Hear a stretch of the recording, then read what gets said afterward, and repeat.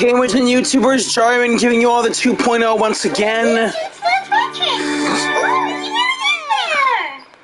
Yeah. Anyway, so I had to cut Masquerade of the Guilty short yesterday on my last live stream. I had urgent business to take care of, but now I have some time to continue it, as well as do Furina's first story quest.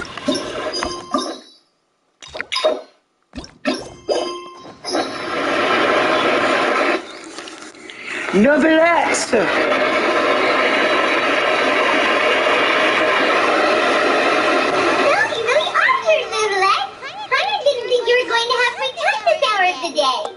Really? Oh, I suppose you must have met Mr. Lim. He took the time to greet me earlier when he passed this way. In any case, you came at a good time.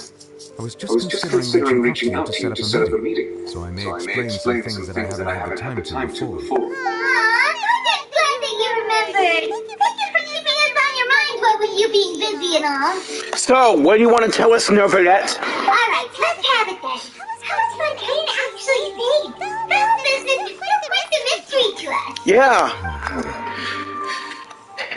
It's okay, Novelette, you can tell us. It is strange how words can often leave a bitter taste in the mouth when it finally comes time to say them out loud.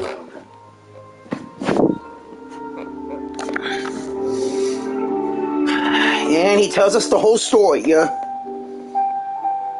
First, the Lord deceived the heavenly principles and used Furina's endless performance to save Fontaine. I only saw Furina's part myself. The Lord destroyed the divine throne of the Hydro Archon and restored your power to you, transforming you into a fully fledged elemental dragon sovereign. But Furina simply can't get what you did to save the Fontainians from the building. For me, the authority of the ancient dragons refers to absolute control over the Hydro element. Fontainians were incomplete humans born Jyran's use of the power of the primordial sea, with constitutions similar to that of mimics. Yeah. But so long as those primordial energies remain within them, I could use the ancient dragon's authority to grant them true blood, after the fashion in which life was first brought into being on this planet. So, Novelette, your dragon power saved everybody!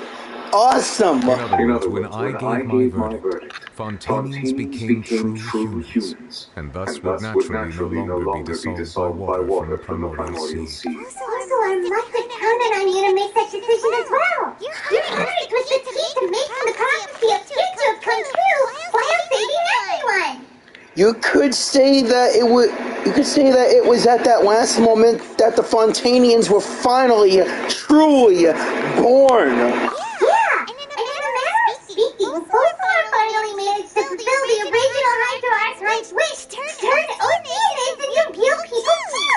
Yeah! But what about Furina? It seems from your expressions that you still have more things you wish to ask. Yes. Ask away. I will tell you the truth as I know it. About the initial verdict that was passed on Child. I have investigated his case along many avenues, and I have learned that he once fell into an unknown chasm when he was young.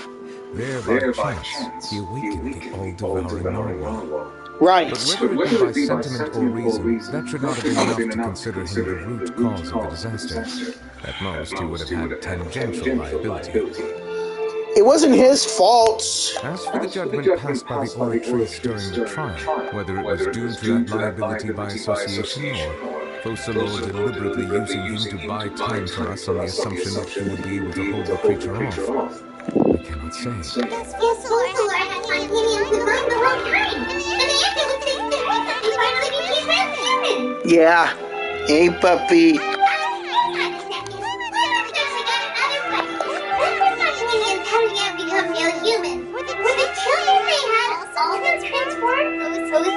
Life has always flowed like water. Do you recall how Fontainians would often come to the Fountain of Lucine to pray for children? In truth, even those couples did not know that such prayers were no mere custom, instead a formal ritual. Those Oceanians who were blessed within the spring water would later descend as new humans in the coming months. Paimon sort of gets it now. By the way, it seems like this ritual won't be of any further use, but it'll probably live on as a local custom. Yeah. Ask away. I will tell you the truth as I know it. What about Fontaine's future, Yeah, about that. Leslie said Furina has already left. What's that all about? Ah, the people are only aware that her death sentence has not been carried out. She abdicated the post of Hydro-Archon and left affairs related to that title to me before leaving the Opera House. I related Focalor's words to her faithfully and completely. After hearing them, she seemed neither saddened nor comforted. She simply said that she was tired and needed to rest. Oh, man. Having said that, she then packed her things and moved out of the Opera House. Not unlike how an ordinary person might. But she's still got a place to stay, right? If she needs a place to crash, she can stay with me for as long as she wants. You need not worry. I will make arrangements to ensure that she will not want for food, clothing, board, or travel. In truth, I am somewhat happy for her. The wear and tear on her spirit will, of course, take time to heal. But now that she no longer has to play the role of Focalor the Hydro-Archon, she can finally lay down her burdens and lead a normal life. What about you then? What are your plans now that you've regained your full powers as a Hydro Dragon? Yeah. After Focalor passed on, the Oratrice also ceased to function. This matter will directly affect our trials. After much careful consideration, I've decided to take over its role in our courts. From now on, I shall hear cases and pass verdicts by myself.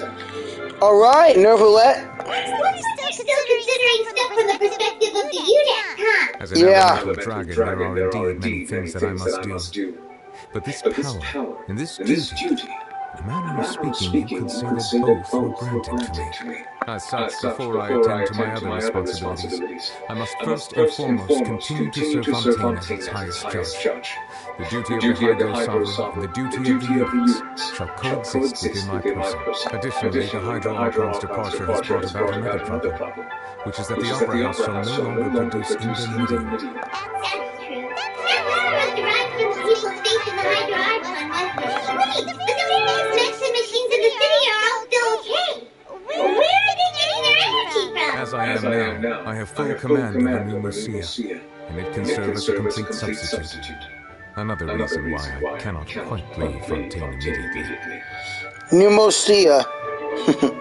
No wonder you can only use Pneuma and OC. No wonder that you can only use Pneuma now still, but whatever. Wow. This ancient dragon authority stuff is really quite useful, huh? Yeah, it is. Feels like I wish I should have some of that dragon power, but I do with the elements and all that. I will tell you the truth as I know. What about your the Gnosis? Oh, that's right! Seems that you've given it to the knave as a diplomatic gift or something! Leaving aside their intentionality, the two Fatui Harbingers have indeed done much for us during this crisis. Their sole remaining goal in Fontaine, at least at this point, would seem to be the Gnosis. Obviously, it's always the Gnosis! The Oratrice has ceased to function. The Hydro-Archon's divine throne is now no more. And I do not need the Gnosis' power. Wish I could have seen it. Once again, another Gnosis that I've missed entirely. As such, it has lost all meaning for Fontaine. If the Fatui have impure designs, then we might as well accede to their request now, and avoid unnecessary conflict. What complicated consideration? I thought you were just giving it to them out of gratitude to the knave and as an apology to child. Ask away. I will tell you the truth as I know it. The next stop on our journey. We'll soon be heading to Natlan, I presume. I'm afraid that I have little talent as a travel guide, so all I can do is tell you what I know about that land. As far as I'm aware, Natlan can be said to be a nation of dragons. What? A nation of dragons? You mean like you? No, I suspect that I would not find myself welcome there. No, come on! Unlike ancient dragons such as myself, the dragons of Natlan have undergone long years of development and evolution. Large numbers of them have entered a form of coexistence with humanity. Natlan is also the nation of war. War ravages those lands like an undying flame. Oh man, he was hoping I can find a way to end those wars there. There is one other piece of information I got incidentally from my negotiations with the knave that I believe may be useful to you. The Harbinger known as the Captain has thrown his hat into the endless reign of war. The captain? Oh, I can't wait to go at his ass. Captain. Sounds like a real tough customer. Seriously, everywhere you look, there's a peculiarities doing their thing. I suggest that you fully prepare yourself before going to Natlan. In the meantime, Fontaine's doors will always be open to you. Well, we're not going to get the name of their god or dragon? Ask away. I will tell you the truth as I know it. Sorry, but that's all the questions I have, Neverlet. Hang on a sec. I've still got a question about Gnosis. When we spoke to Lenny earlier, he mentioned that your attitude towards giving away the Gnosis had clearly changed. We guessed that there must be some reason for it that only you were aware of. No wonder the House of the Hearth has the Fatouli's Intelligence Division. They are certainly sharp. So regarding this specific issue, I was just getting ready to share something with you. What is it? In truth, we exchanged some further words with that lady named Skirk after sending you two back to the surface. It went something like this. What is it? What'd you speak with Skirk about?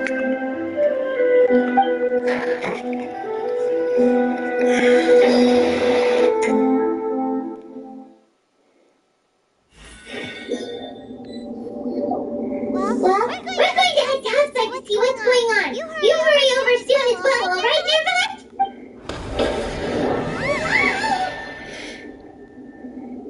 We wish we would have gotten to know her more. What next? Skirk really gives off vibes from another game. Maybe something Honkai based? The all-devouring normal isn't here, so I'm no longer getting interference. I can finally catch the scent of your power, what it's made of. Hey, now! It is the authority of the planet's primordial dragons, but with something very similar to a god's curse mixed in. It's quite a novel blend. Jeez, woman, you're obsessed with power, aren't you? That's like your disciple. I'm sure I've encountered something like this before. What was it again? I do not know what you speak of. Of course. How could I forget? You should have the remains of the third descender on your person. Yes. The third descender? Remains? I've never heard of any such thing. According to your parlance, I believe it may be called a gnosis. Well, that much is true. After Furina's divinity faded, she handed her gnosis to me, but I fear I never heard of it described in the manner that you just did. I've been training with my master, the Fowl, ever since I was young, and I have never returned to the surface since. So most of the information I possess, I got from him. It is only natural for those who are greater than humanity to possess a different sort of common sense, which is why there are so many problems in our attempts to communicate with humans. Regardless, you should probably get rid of objects of misfortune to prevent any disasters from befalling you. To live in itself is a blessing. But once a person dies, the bonds he once had with this world shall all turn to curses. Yeah! What do you mean by that? No need to fret. These are just my personal thoughts. And my reason for no longer wishing to return to the surface. This third descender you refer to, who are they? And when did they die? Master never mentioned them to me. Perhaps it just wasn't that important for me to know. If you're interested, though, I could ask him. I'll be sure to pass the answer on to you next time. Next time? You believe we will meet again? I do. Wait. I have a disciple of my own, don't I? He can be the messenger then. Tartaglia! He needs to have the recover lady unless you're going to help heal his wounds so quickly. You took your sweet time saving my best friend.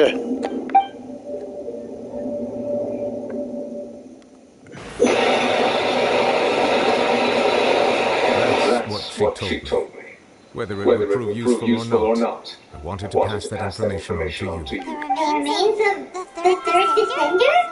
That's what the Gnosis actually are. I just thought they looked like cactuses. How could they be a perfect thing? All the same, assuming that there was no misunderstanding or special metaphor at play, that is what she meant to say. She said said that it would bring misfortune and that you should check it, which is why you gave it to them for choice. If she speaks the truth, then I would simply be putting Fontaine at unnecessary risk by keeping it here.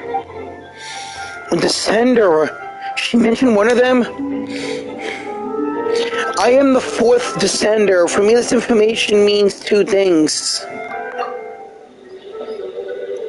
One, that the Gnosis are related to the descenders, and two, the one who came before me has already died. I guess that you might already be familiar with this concept, but I did not expect you to be one of them. That means that the Gnosis, which are exceedingly element-compatible and can even enhance elemental abilities, do indeed come from the third descender.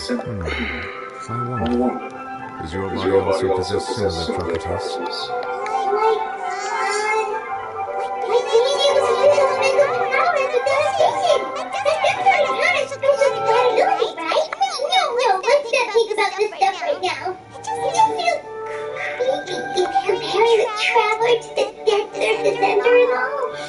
Don't worry, I won't die so easily.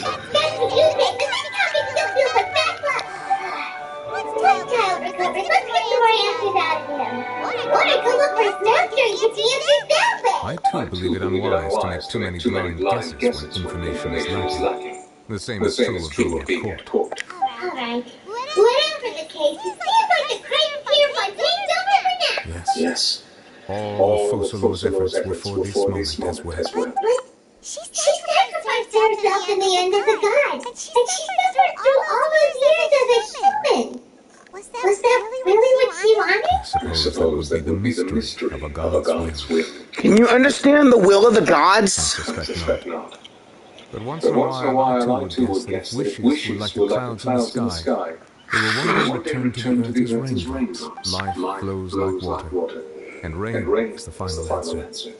The water levels may sometimes tilt one way or another, but the rain falls fairly upon all. And what ultimately is the difference between the rains that fall upon all of us?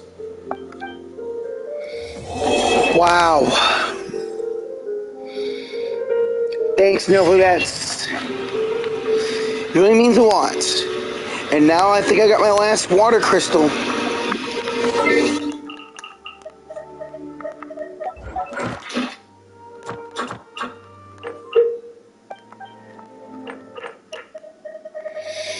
I can now fight the all-devouring narwhal. Shadow of another world. Wait, it's down there underwater. Ugh. Hell, whatever. And what are these? Lightless silk string. Fortuna. Lightless eye of the maelstrom. Look like that orb thing skirked through into the portal along with Tartaglia when I was fighting the narwhal with Novelette. Lightless mass. Each of the narwhal drops dark matter level up items for future characters' elemental attacks, like starting with Furina and Charlotte.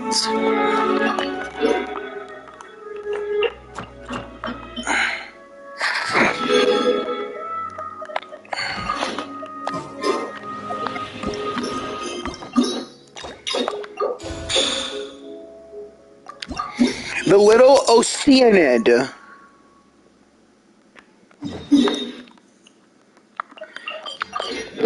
Alright, let's check out the Adventurers Guild. Time for Furina's story quest.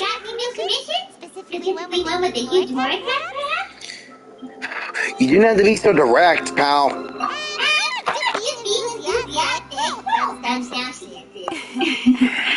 It's always a pleasure to see our two most avid adventurers again. Looking for the next challenge, I see. Yeah. Actually, we do in fact have a rather urgent mission that is still open. Having read the details, however, I don't believe you consider it to be lucrative. Don't worry about that.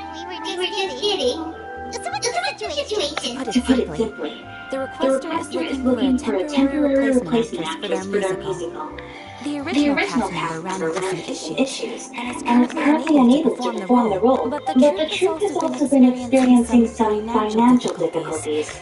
So unfortunately, they cannot afford to pay the replacement actress. That sounds like a tricky situation. So basically, they're looking for a volunteer? That's right. Our adventurers reached out to many actresses, but none of them were willing to take the job.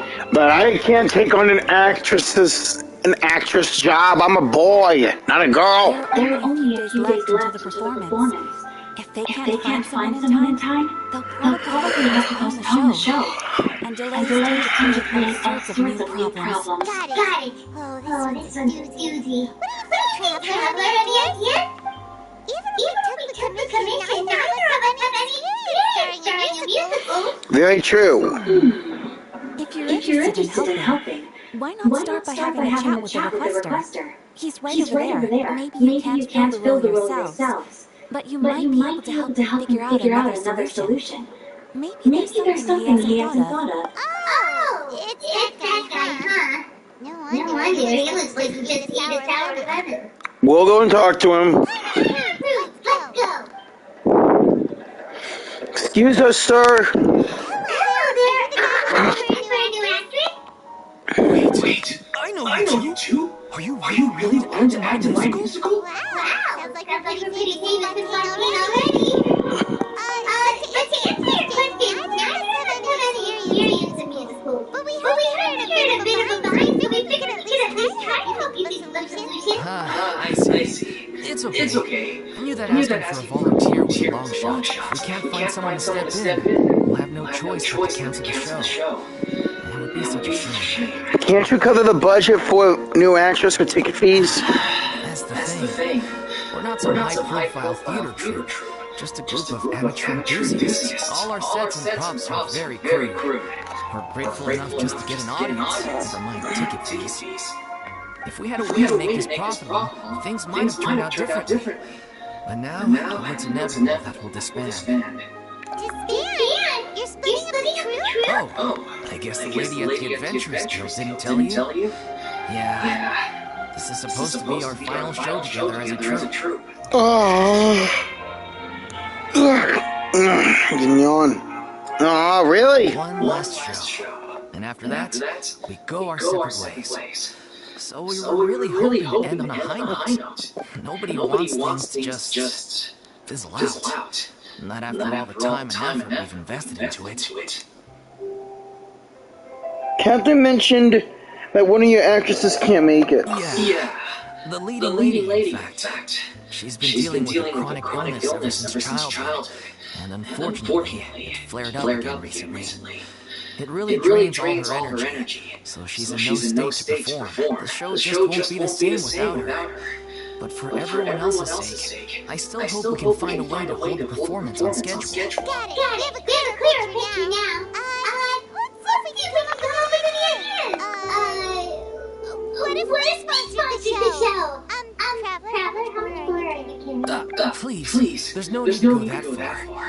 I wouldn't feel right asking such a huge favor.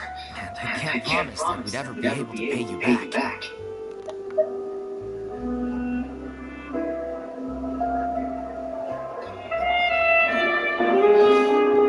More isn't the biggest problem. How do we find someone who's a good fit for the role? Good point. I think we should go through the motions for the more best represents the show. You should someone who will put on the best performance possible. Oh, wait! What about...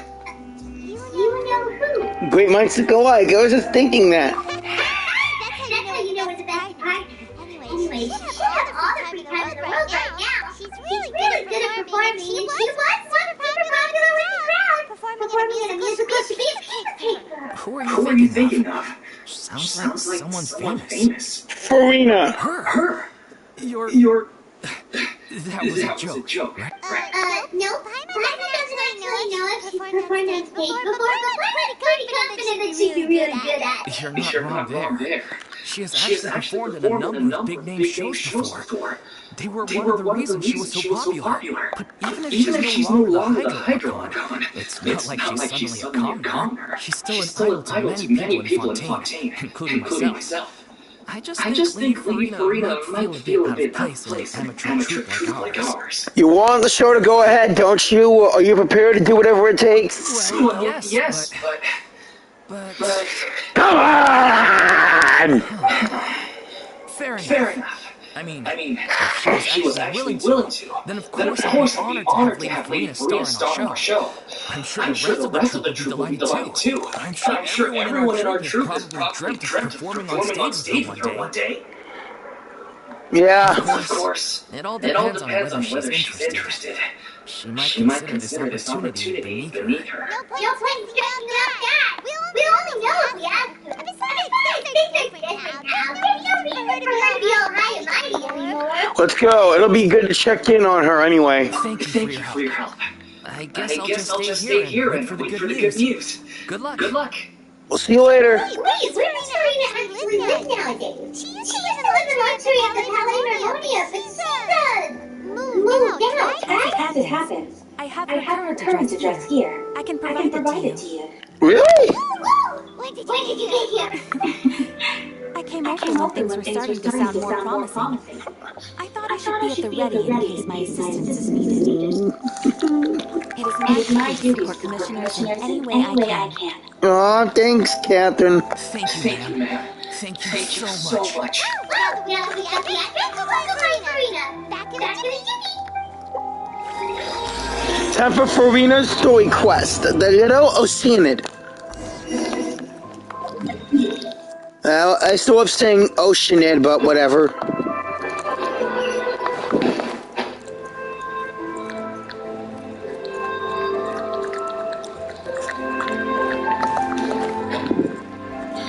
Oh, she lives across from the blacksmith shop. Nice.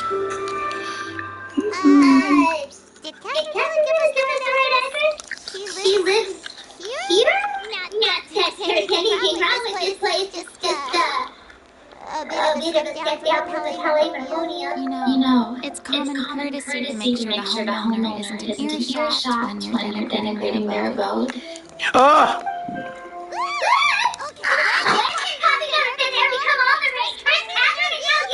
I was just out on a shopping trip. I ran out of macaroni, so I went to grab a few more bags. I used to have a much wider range of choices when it came to food. But now I'm finding that simple, traditional home cooking can be quite delicious too. Don't you get sick of macaroni every day? Not at all. As long as you have different kinds of sauces in, you can have macaroni and tomato sauce one week, macaroni and bolognese the next. Sounds like a really struggling to cope.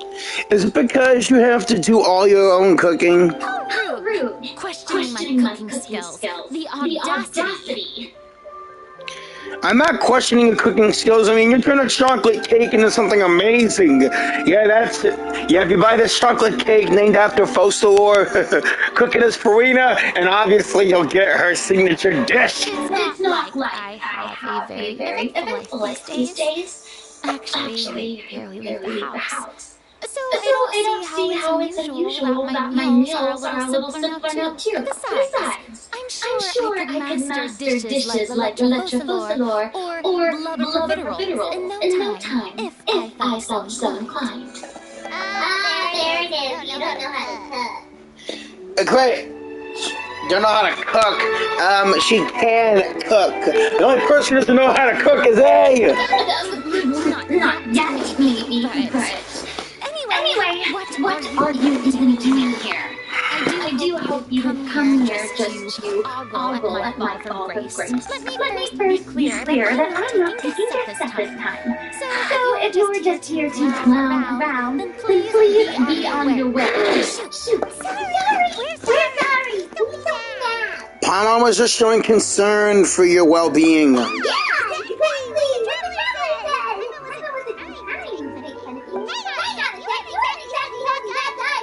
That's not important. We actually came here to ask you for your help, Furina.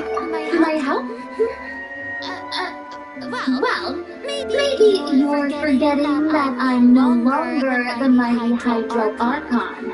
I don't even have a vision. Don't worry. It's nothing that serious. It's just very specific. You're the one with the power to help. You're the only person for the job. Oh? Well, that's the case, then fine. I'll spare you the lecture about your attitude just now. So tell me, what specifically makes this matter so specific?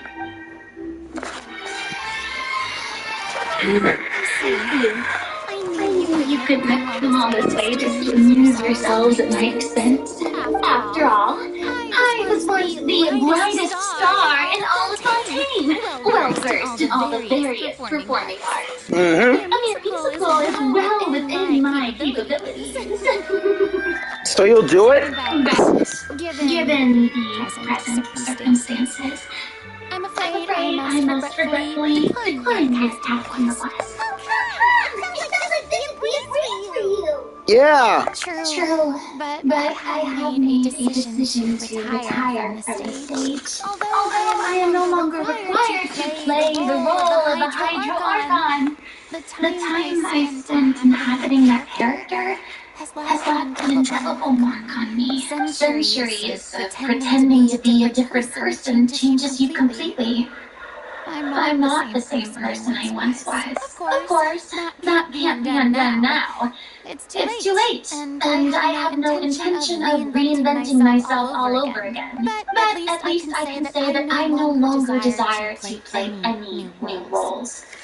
So that's how you really feel? I can understand. But this is the one-off part still is for someone who's sick. Surely that's okay. Yeah. Whether it's a one-off or not, it's a boundary that I've committed to no longer cross. If I make an exception to the rule now, I'm just leaving a back door for myself, which would be the same as not having a boundary in the first place. So I'm not going to perform, and that is that. Ah, damn. Okay, guess there's no convincing you. Well, is there anything else you can do to help out the troupe? Otherwise, they'll just have to disappear without any fanfare. Do you know any other actors who might be interested in the role? No. Short into the point, okay. I've never been great at maintaining relationships. Besides, anyone I've ever worked with probably couldn't wait to get rid of me, since I'm just an ordinary person now. They'll probably just laugh in my face if I go asking them for help. You shouldn't assume the worst of people. What's wrong with making one exception? Look, I'm sorry, okay? I'm sorry I drew a line in the sand without thinking about every possible grain on the other side. Well, is there anything else you can do? This performance really means a lot to the guy we're working for. Have I not made myself clear? You're barking up the wrong tree. I don't want this job, nor do I know anyone else who would. Sorry. I didn't mean for that to sound so harsh. I wish I could help, really. But if I thought I had the answer to this problem, I would have said so by now.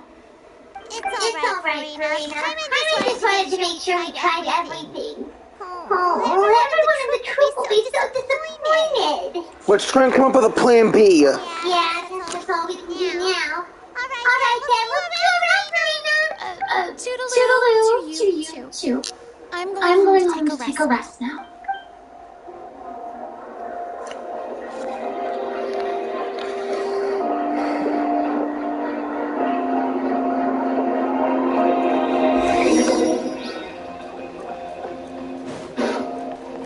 It's too bad, but we have to respect Furina's decision.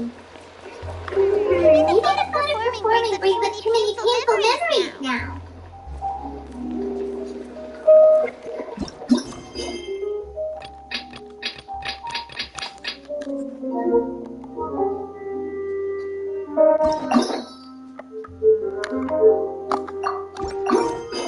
Exactly, but none of them believe me. Look at that. Huh? What's going on? Are they arguing? I don't know. Let's go. Listen in. That's besides the point. I'll ask you again. Why did you start looking for a replacement without my consent? When did I tell you I'm going to take a step back? You didn't need to say it. We've known each other for how long now? We know the signs. But you never tell us about your illness, even when it's clearly flaring up. And that gives you the right to make a decision on my behalf? Shortly after you left, the troop's lead actress came to the Adventurers Guild. She She believes believes that she's healthy enough to perform. Excuse me, but can you both take a moment to discuss something else for now? The adventurer assigned to your commission has returned. Sorry. I was just dealing with a little misunderstanding. So, how did your conversation with Furina go? Sadly, it's a no from her. We tried to persuade her, but she wasn't having it. She doesn't want to play the role for personal reasons. I see. Well, circumstances have changed a little. So maybe that's not such bad news after all. You see, our leading lady has just informed me that she's well enough to make it to the show after all. Staging a musical with the full original cast is always the dream, of course. Right. Sounds like everything works in succession. Imagine if we had managed to convince Furina to join, only for her to find out that she's no longer needed. Yeah, she'd be livid. We did the scolding of a lifetime. Jeez. Is Lady Furina really so harsh with people? Only joking. Calm down. So, guess we can consider this case closed now, huh? Despite the fact that we failed to complete the commission, we are still racking our brains for ideas on the way back here. Look, there's no point arguing with you about this anymore. You've made yourself very clear, so I'll stop looking for replacements. This is the last chance we have now. If your illness flares up again, there won't be time to find anyone to replace you. So, are you absolutely sure you'll be able to handle it? The whole team is putting everything they have into this final performance. We have to make sure it goes ahead. Yes, I'm completely confident. I've been taking a new medication from the doctor, and it's working brilliantly. I'll definitely be able to tough it out until the performance day. I share everyone's desire to commemorate all our years as a troupe with a proper farewell show. So the last thing I want is to be left out. Every one of us thinks of this troupe as their home, myself included. You're right. I'm sorry. I let myself get too worried about the show. I should have asked for your permission first.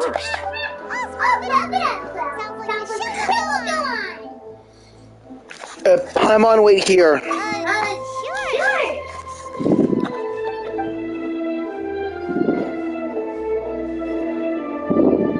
Hey, got you. I was just passing by because I realized I forgot a couple of items on my shopping list. All right. No need to drag me. You coming with me, Missy? Hello, one and all. I couldn't help but overhear your conversation just now. Didn't you say you were gonna take a rest that long? What are you doing here? I was just ever so slightly concerned about the situation you mentioned. Yes, a teensy bit concerned. That's all. When you came to talk with me earlier, I jumped right to explain my position and said some strongly worded things. And all before I even had a broad grasp of the situation.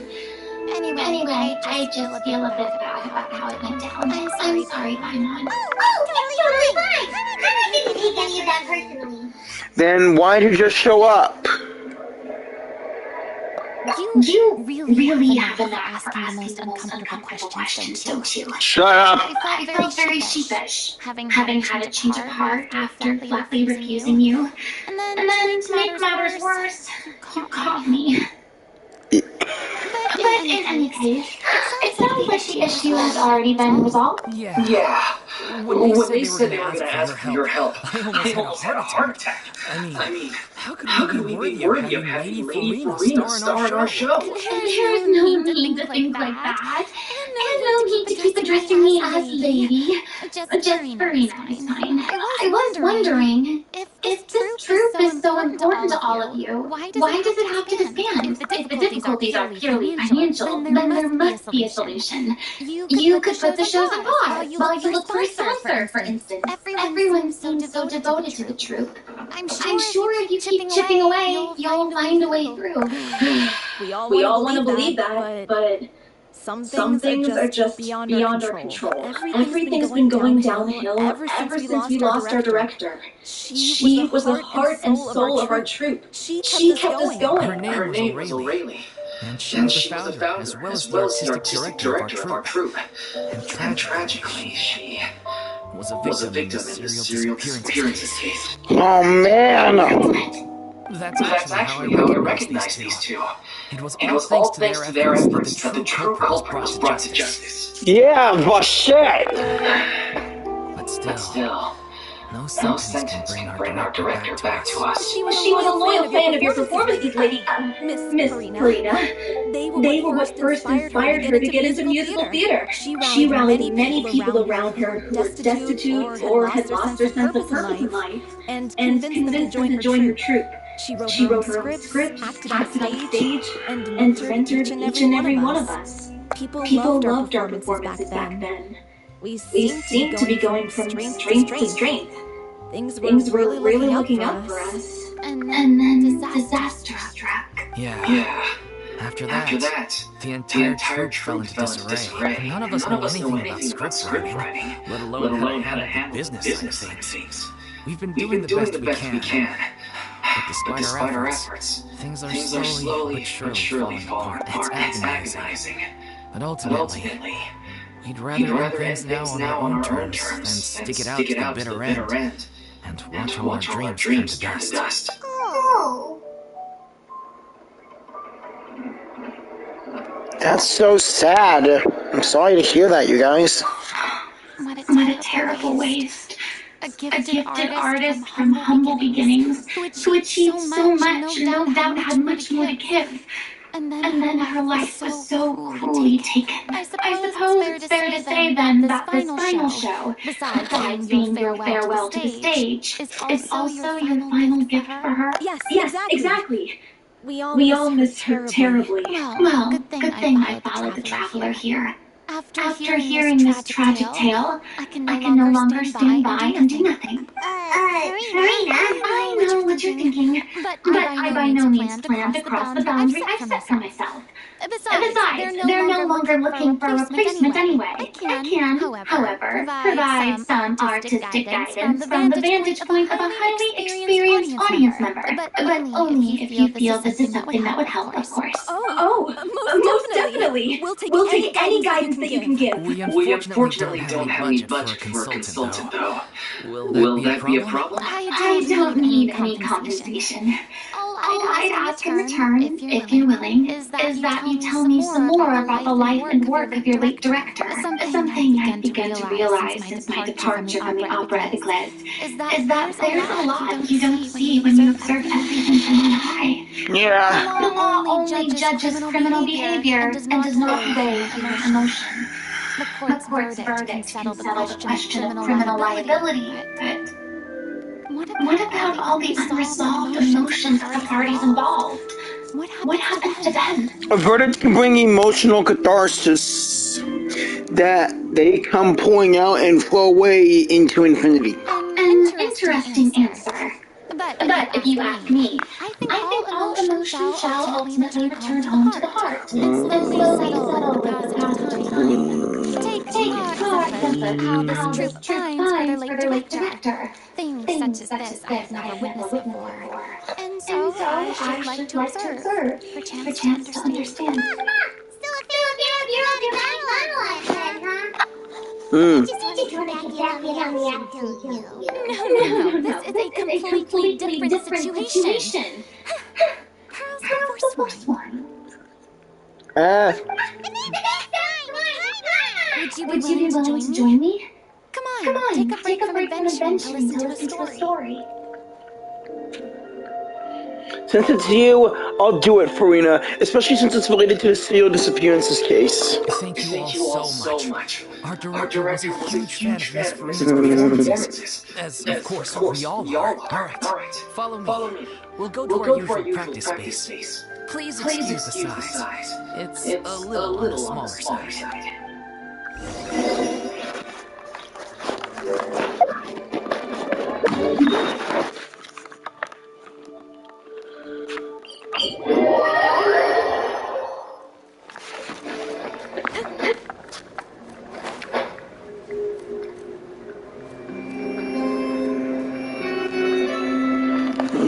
such a good dog you are.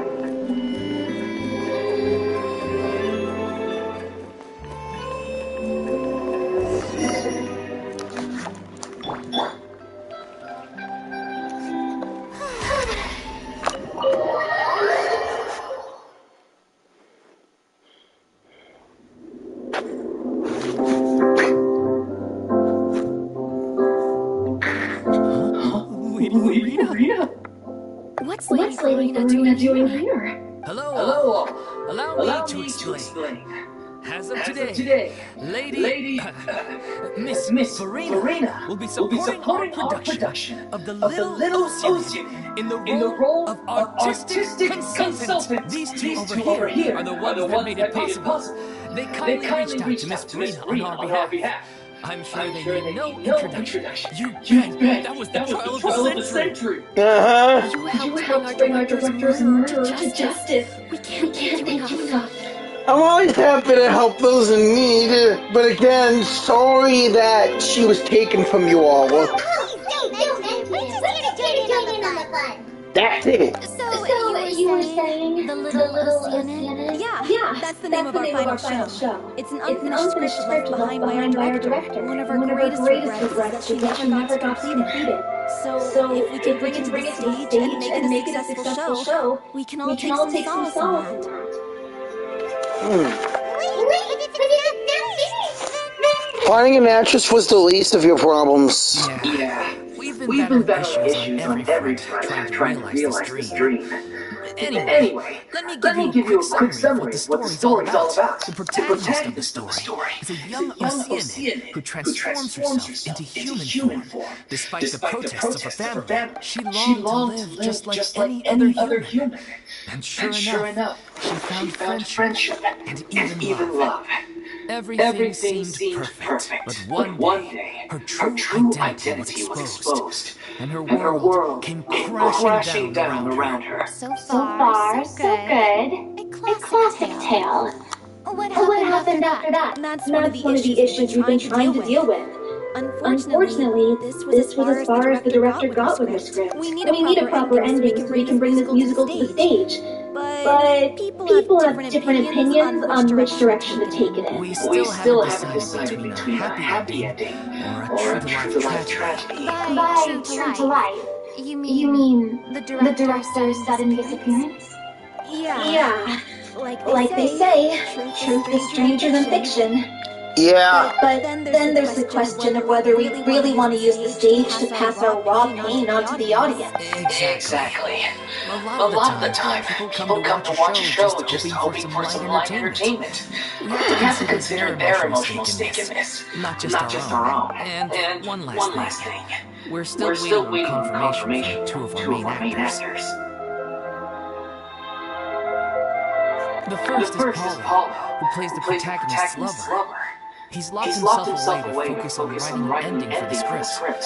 But the deadline's passed, and we still haven't heard from him. The other is Vilmont, who plays the main antagonist. He took the director's death pretty hard. Hasn't set foot in the city since. He did write to us, promising that he'll be there for the final performance, but we haven't seen or heard from him since. So we're not really sure what to make of that. Although, now that we have Miss Furina helping us, maybe we should take the opportunity to get everyone back together. Yeah. What do you mean? Maybe you're unaware, but your name has always been like a rallying cry for us. Our director was constantly singing your praises. All of us look up to you as a role model. You're making me all flustered. Although, not in a bad way. I already see you blushing. I suspect the reason they're attracted is that they have their doubts about whether the show really go ahead, considering all the issues you've been facing. But one by one, all the obstacles are being removed. Now is the time to rally the troops. Makes sense. Okay. Priority number one. Let's check in with Paulo and see where he's at with the ending. He went back to Poisson a few days ago. Said that staying in a friend's home might help him to relax and escape the feeling of isolation. I thought the last thing his friend would want right now would be to take visitors, given that Poisson was flooded not too long ago. But I guess it's the opposite. A friend in need and all that. A friend in need is a friend indeed. Yeah, maybe you can use the company. Poisson? Furina. Nothing. I suppose my presence will be indispensable if we are to restore his faith in the show. So allons-y. To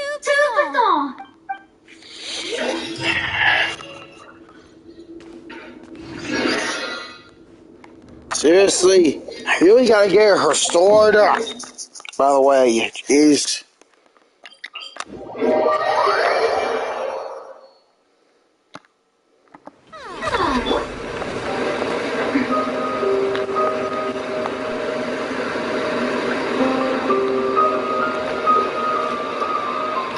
oh, thank God. Not going in the water yet.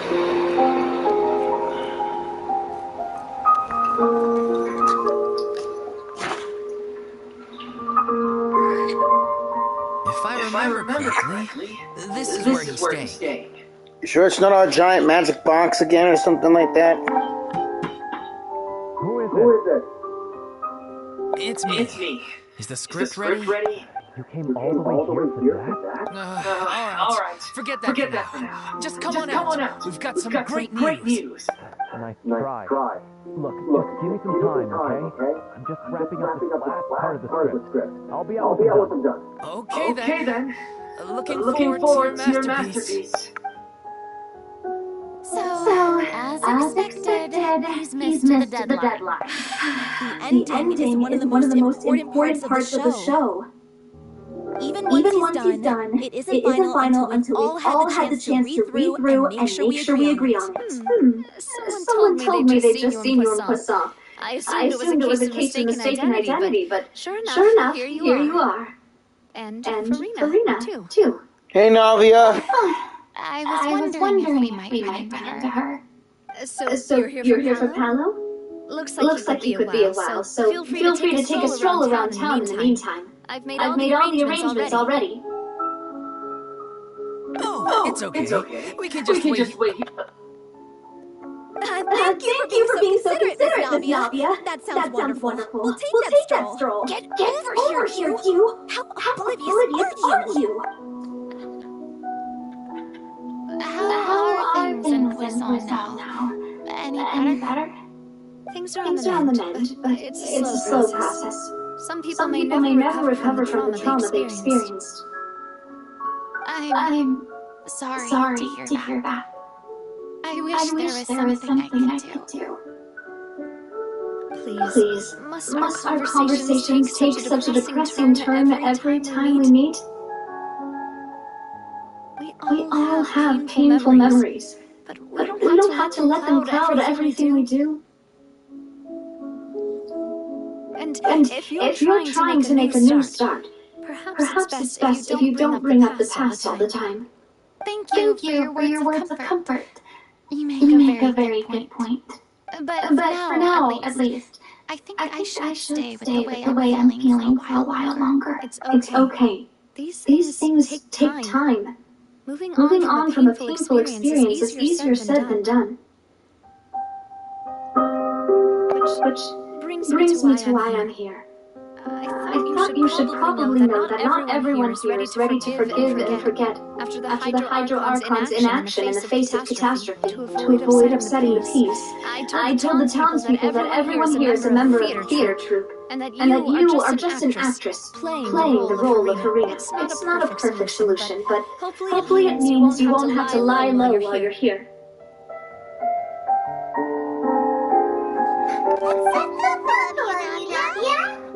Well, what do you expect? I am the courageous and considerate president of Spina Sula, after all. My father before me. Anyway, that was all. Look after her now. Got it, Navia. Thanks again. Off we go then. Let's take a look up there. I don't have any friends that I can be frank and honest with. So maybe she's right. You're the closest thing to friends that I have. Yeah, we are.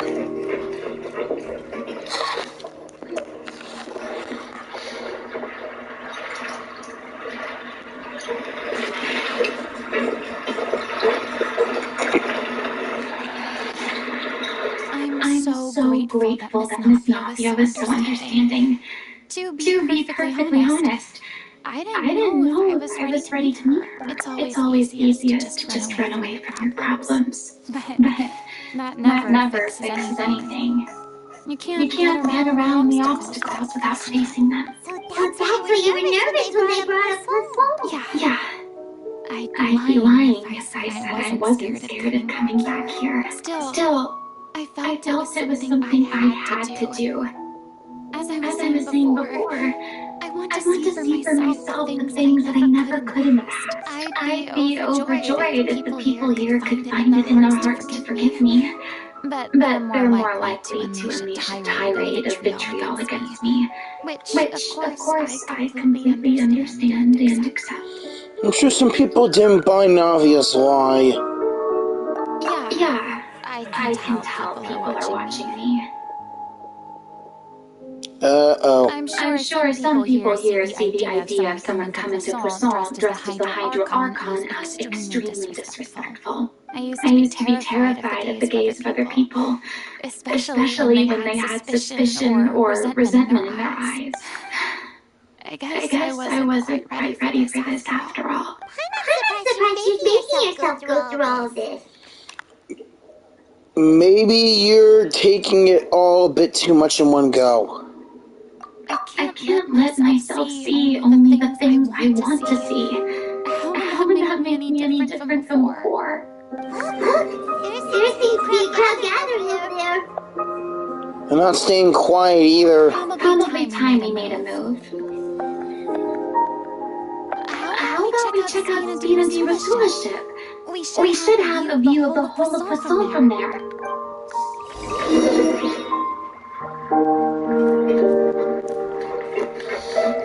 Might as well move.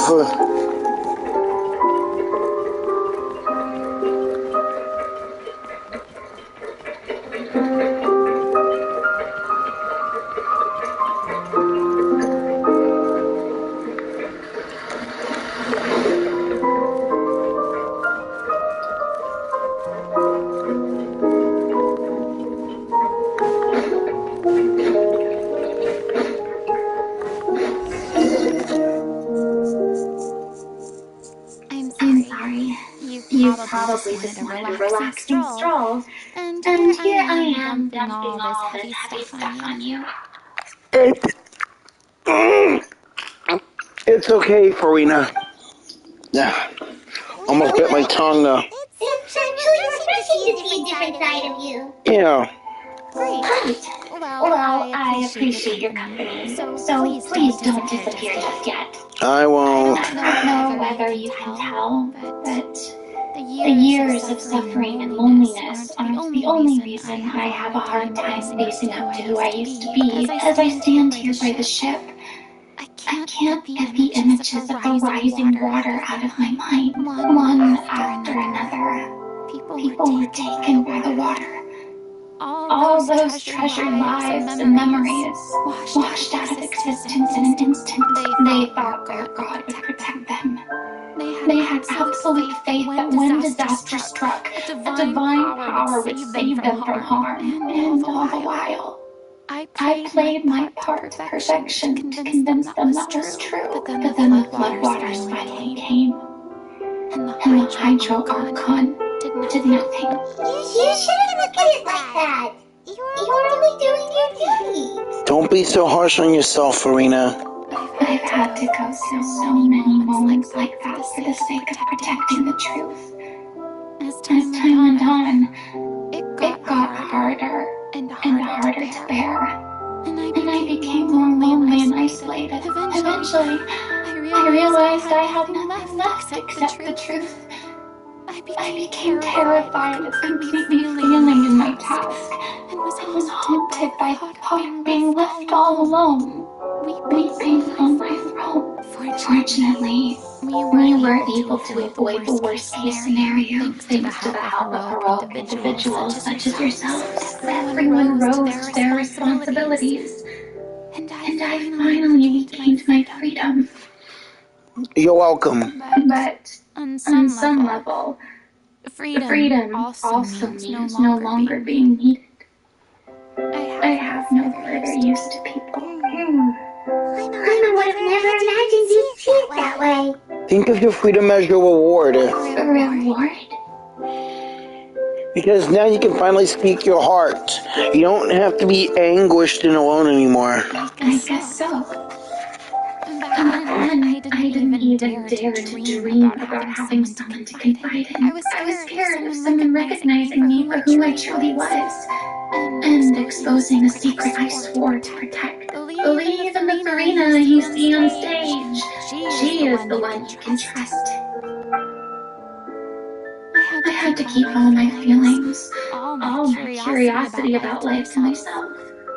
No one could be allowed to know. That's what I really meant when I said I'm no good at maintaining relationships. So that's where you were coming from. I'm totally nice to participate even more. Could you please get off my case? I don't know what's gotten into you today. I'm making an effort here.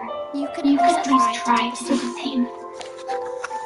What Paimon meant to say was she doesn't like to see you so down. Do you feel better having gotten all this off your chest? I do.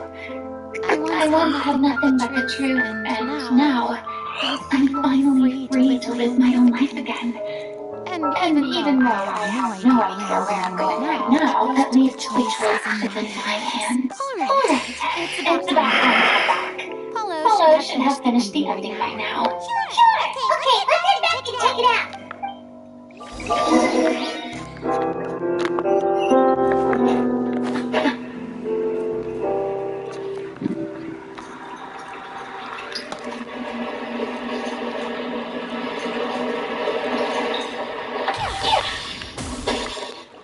Didn't you say you needed to watch before you eat? You're supposed to be cutting down on fried foods, not wolfing down copious quantities of fish and chips. You know? Come on. It's not every day we get to dine at Spina di Rosula's expense. Can you believe how generous she is? I'm not about to pass on free food. Oh boy. Anyway, my character doesn't need to be slim and good looking. That's your job. Are you kidding me right now? It's not your character's health I'm worried about. It's yours. I've spent my whole life battling the effects of ill health. And it kills me to watch you willingly ruin yours by filling yourself up with junk all the time. Oh no, looks like they're arguing again. Let's go, Button. Stop this argument. You know what I meant. Wait a minute, could you maybe put it in different Please, please and thank you. You're back. We've been enjoying Spina di Rosula's VIP treatment in your stead. Paulo's nearly done. We shouldn't have to wait too much longer. So you were discussing your characters, right? We heard she played the Oceana and turned into a human girl. What about you? Me? I'm an Oceana too. He was originally supposed to take the form of a crane, but he outgrew that role. Well, the costume at least. So now he's playing the boar instead. The boar is not a bad character, actually. He's the one who raises the little Oceana. Yes? That's right. He has some pretty memorable lines too. Like when he imparts some solemn words of wisdom to the little Oceana. If you become human, you can reveal your secret to no one. You will face suffering and loneliness. Is this truly what you want? Wait, that sounds kind of familiar. It's the most important line in the whole script. I think it's a symbolic statement about our director's life and legacy. She kept quiet about all the trials and tribulations she faced in running her troupe, allowing us to devote ourselves fully to performing. It was only after she was gone that we realized how tough her job really was. You mentioned earlier that the truth was like your home. Yeah. I was born with an incurable illness. And once my family found out it couldn't be treated, they decided they didn't want me anymore. I spent some years taking whatever work I could find and trying to manage my illness with various medicines. But whenever I had a bad flare-up, I'd be lying in an alleyway for days at a time. Man. It was like that until the director found me one day. She told me I had a great voice and asked if I was interested in studying singing from her. I said yes. She took me under her wing, taught me to both sing and act, helped me find more of my meds, took care of me when my condition decided to flare up. I know it was all a huge burden on her. She sounds like a really incredible person. Yeah. She really was. She gave everything she had to her troupe and the people in it. All of us were so proud to call her our director. I was a lost child too when she found me. As the child of a murderer. My parents weren't around when I was little, so I got sent to an orphanage. The other kids were always picking fights with me. They'd say things like, Come on, you must be pretty tough if you're the son of a murderer. It was just to taunt me, though. I was an easy target, and they knew it. One day, I got beaten up so bad that I just couldn't take it anymore. So I ran away. I lost all faith in humanity by that point. I thought the whole world was out to get me. Let me guess. Fortunately, the next person you ran into was the director. Yeah. For the first time in my life, I was somewhere I felt safe. And I promised myself I'd stay here until the day the group parted ways. The day you hoped would never come. How times change. Wow. You're finally done? Get your butt over here. There's someone I need to introduce you to. This is our new artistic consultant, Miss Furina. The Furina? Oh my god. How did you manage to wrangle that? Please. The honor is all mine. I was profoundly moved to hear about your troupe and your wonderful director. I just wanted to do something to help. So, this is just... Oh, wow. I'm sorry. I'll try to calm down. Now, where was I? Yes, the script, of course. Let me give you a rundown of how the story unfolds in my version of the script. I'm sure you're already familiar with the beginning of the story. A little Lucian decides she wants to become a human. Against the wishes of her family, she finds love and friendship in the bustling city. But then, disaster strikes. The people start to notice that all the fresh water in the surrounding area is slowly disappearing. The soil is becoming arid. Plants and flowers are withering. The little Lucian, Cleo, and her lover decide to do something about it and investigate the truth of the matter together. In the end, they discover that all the waste and pollution created by humans over the years has caused the fresh water to flee the land, as if driven by a consciousness of its own. Consciousness?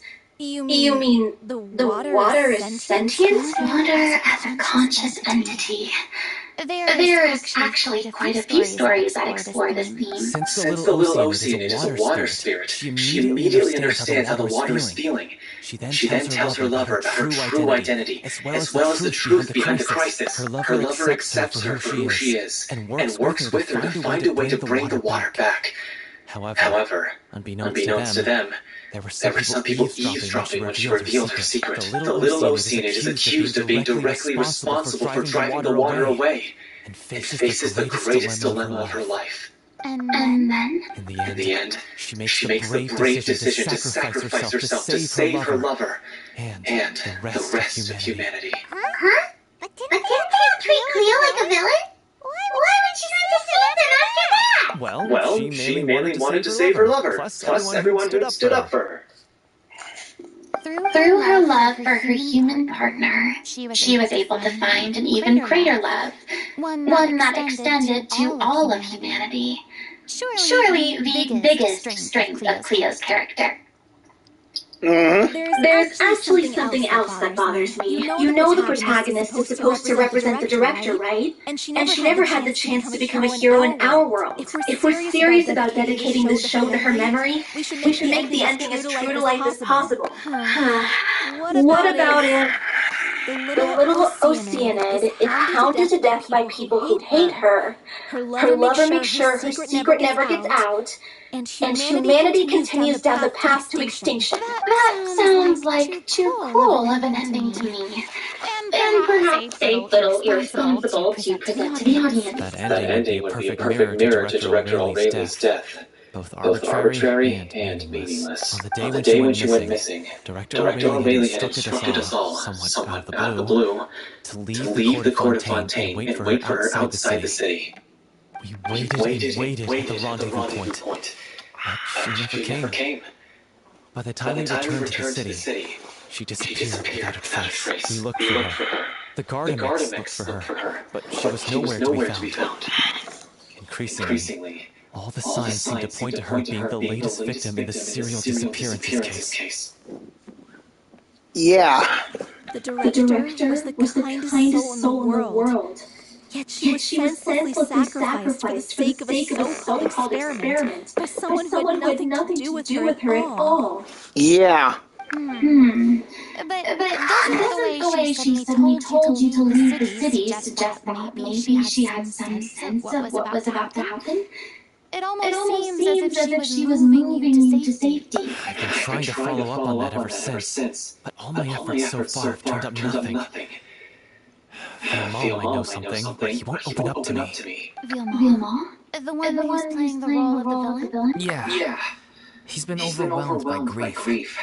I think the director's death hit him hardest of all. Grief? Guilt, more like. Also, I have a hard time imagining that anyone took it harder than me.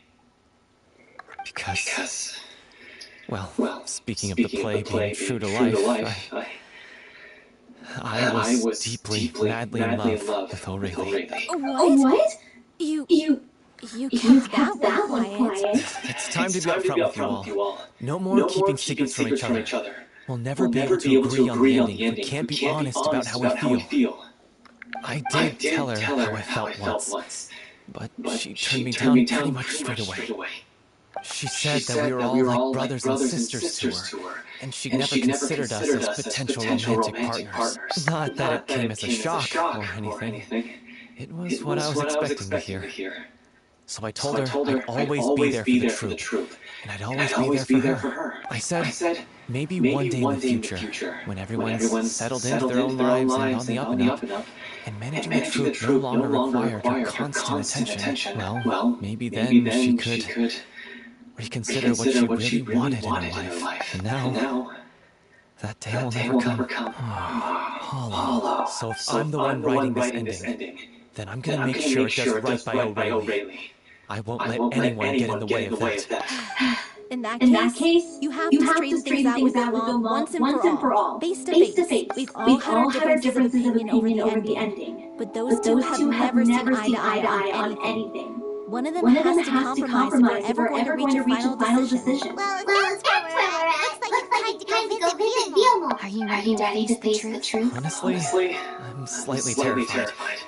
But for the sake of our final performance, I'll do whatever it takes. Funny you should ask, though. You really do get what I'm going through right now. I certainly do. Come on, everyone. Hello, V.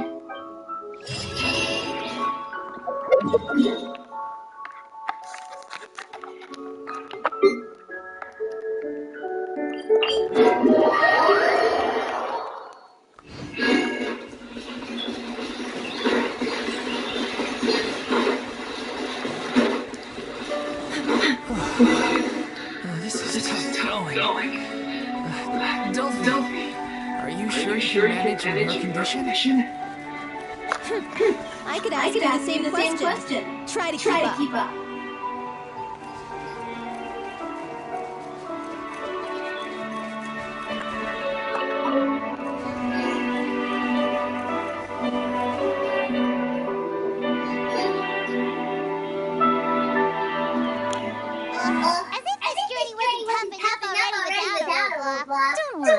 We should all be fine with the traveler here. We don't need to take a detour. Wait, why are you all looking at me? You're not seriously expecting me to fight, are you? We're just curious, that's all.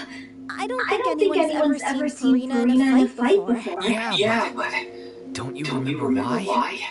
The Hydro Archon willingly gave up all her power so it could be converted into indemnitium. As Furina said so herself. Precisely. And I'm not even the Hydro Archon anymore, so all my power is gone anyway, as much as it pains me. Unfortunately, I should just protest. I'm more like a damsel in distress more than anything. That sounded so smug. Second-hand embarrassment is unbearable. Lovey, it doesn't require god level powers. Don't you know any self-defense? Hey, lay off, all right? My blood is hanging from a thread here. I'm sorry. I got carried away. Please help us out, would you? Aww. Too bad. I was so pumped to feast my eyes on fight mode Furina. Sorry to leave all the heavy lifting to you. Don't worry, okay.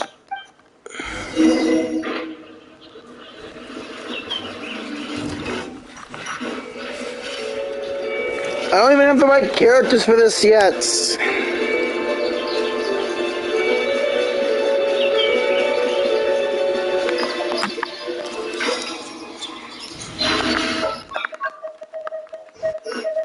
Just what will we come across this time? Time to get down to business. Whatever would you do without me?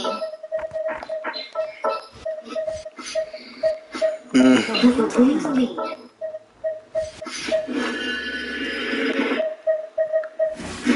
Come on. Don't keep me waiting. Even though he's out of action, I'm still playing as Tartaglia. He's my boy.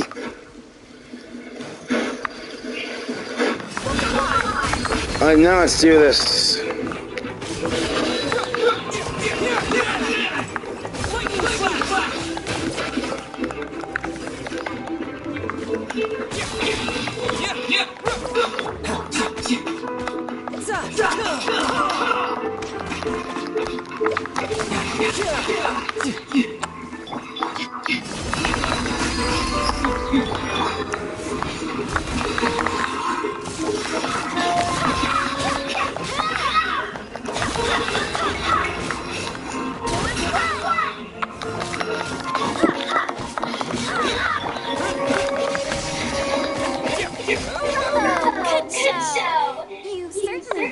To your reputation. Yeah, thank you. Anyway, the path is cleared now. So onwards and upwards. Vilma, are you there? Huh? Oh, it's you guys. Wait, what's Lady Furina doing here? Long story. I can explain. We've been rounding up the whole troop. We now have everyone except you.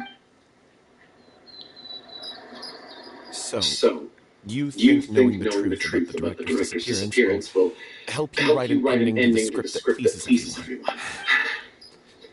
I care just as much as everyone else about making the little Ocean a success. That's why I wanted to wait until after the show. If I open this can of worms now, I just don't want to make things difficult between us. We're supposed to be a unit when we're on stage.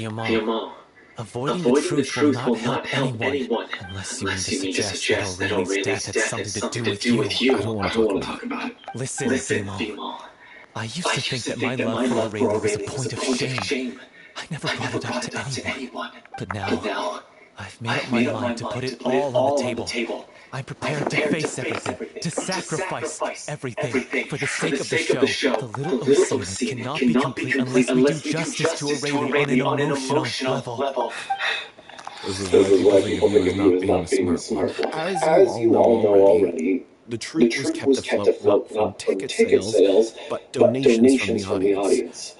Of course, that was nowhere near enough. We took on side jobs when we weren't performing, but even then, the troupe's financial situation was pretty dire. So, anyway, one day after a show, A merchant came to me and offered us a huge sponsorship.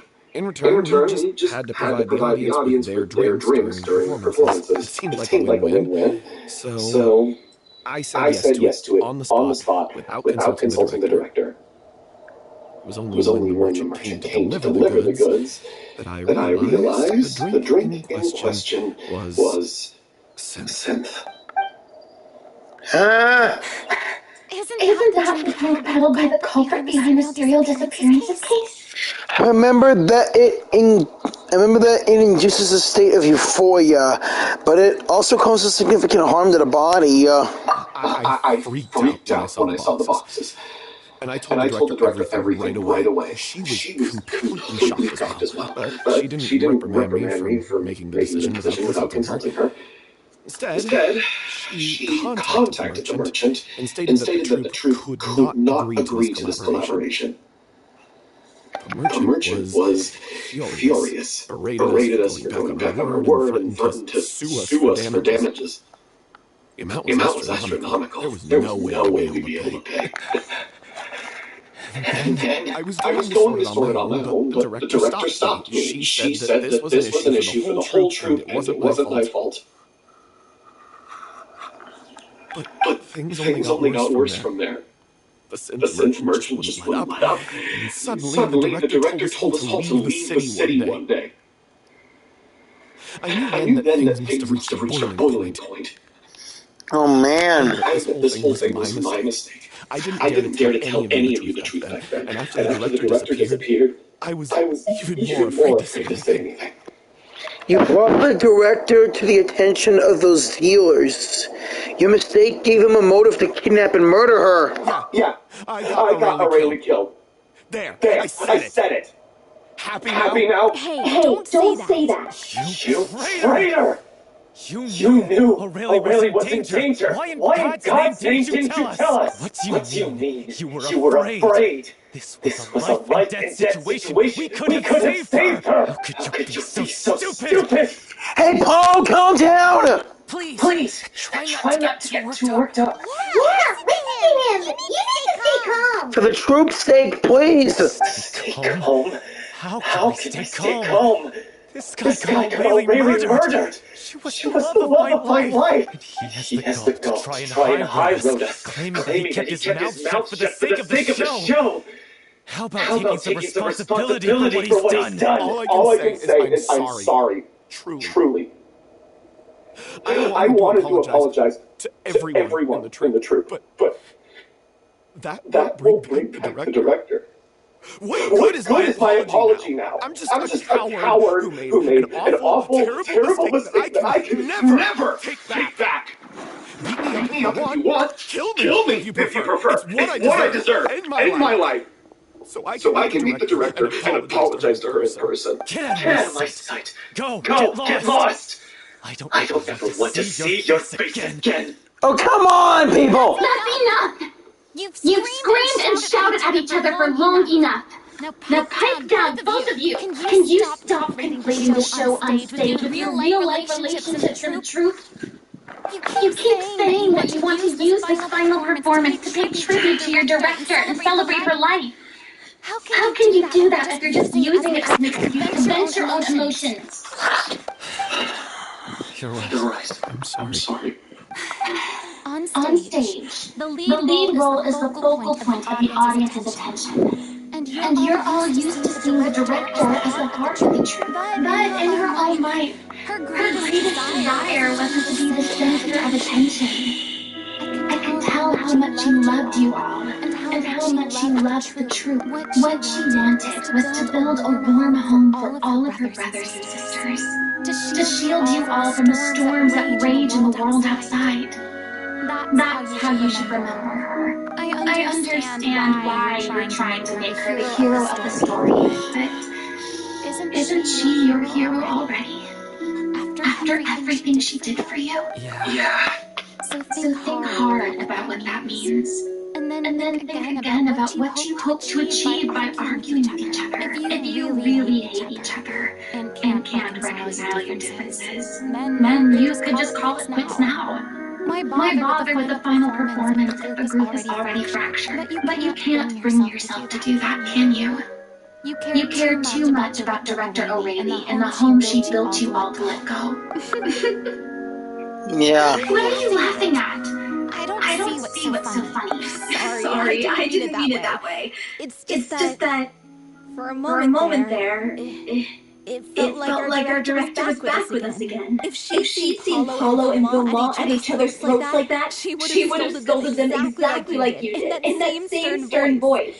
Whoa! Feels like Furina could be a replacement for Director O'Reilly. Really? But she But she sounded like such a gentle person. Of course she was. Even her harshest lectures came from a place of kindness, and it showed. She really was a truly outstanding person.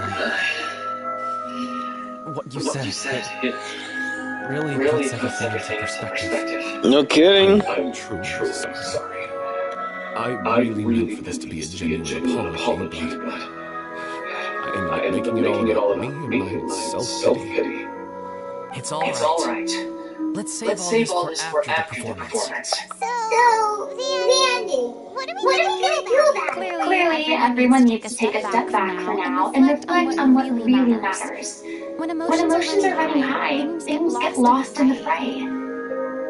The The end of the story needs to focus back on O'Reilly herself. She's the true star of the show. What do you mean? The Traveler is right.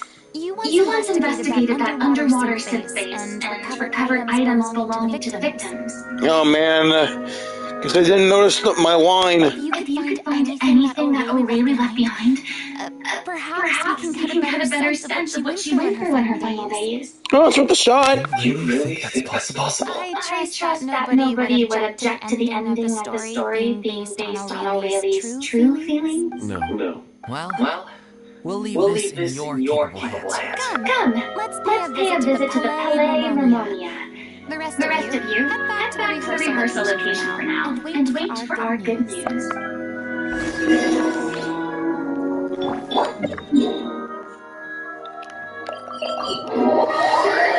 Hope Novelet will be in. It'll be nice to see him again.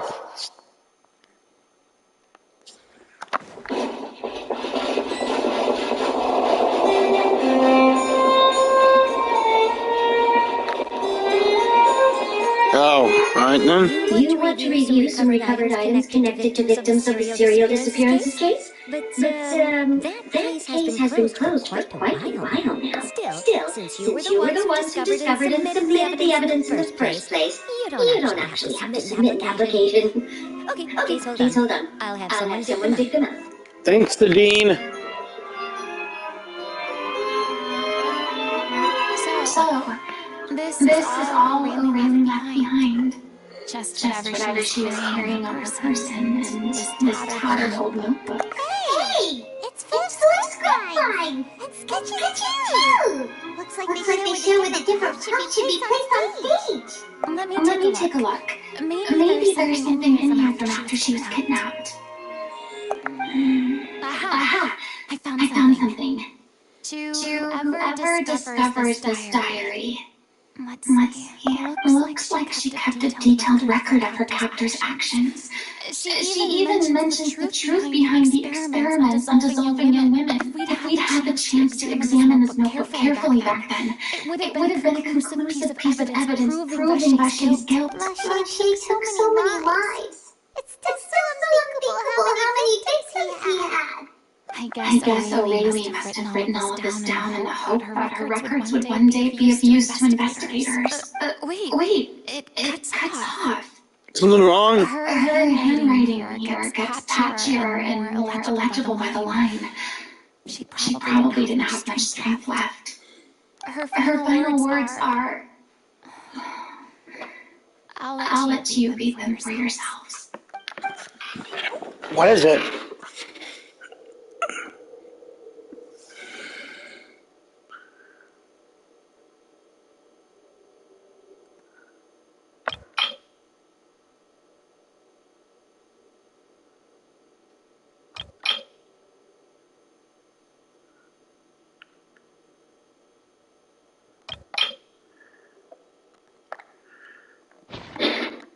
Oh man. So terrified. She watched a girl get dissolved right in front of her and had to wait for her own death in silence. She may have been a mighty hero in the eyes of her troop, but at the end of the day, she was only human.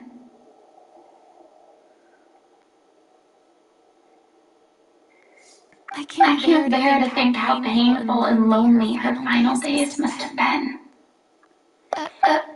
Wait. This part on the last page sounds strangely familiar.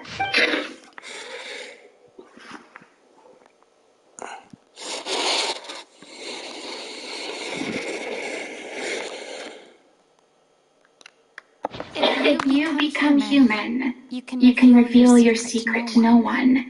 You will face suffering and loneliness. Is this still what you want? Isn't that the most important line in the Little Oceanic? Because I am an older sister to them. Oh. So she didn't regret her decision. Even as she sat in silence, waiting for death to come. Man. I'm sure this is what the troop would have hoped to hear as well. She had their utmost trust, admiration, and love. And she truly deserved it. Let's go. It's time for them to learn Director O'Reilly's final thoughts. Alright, let's do this thing.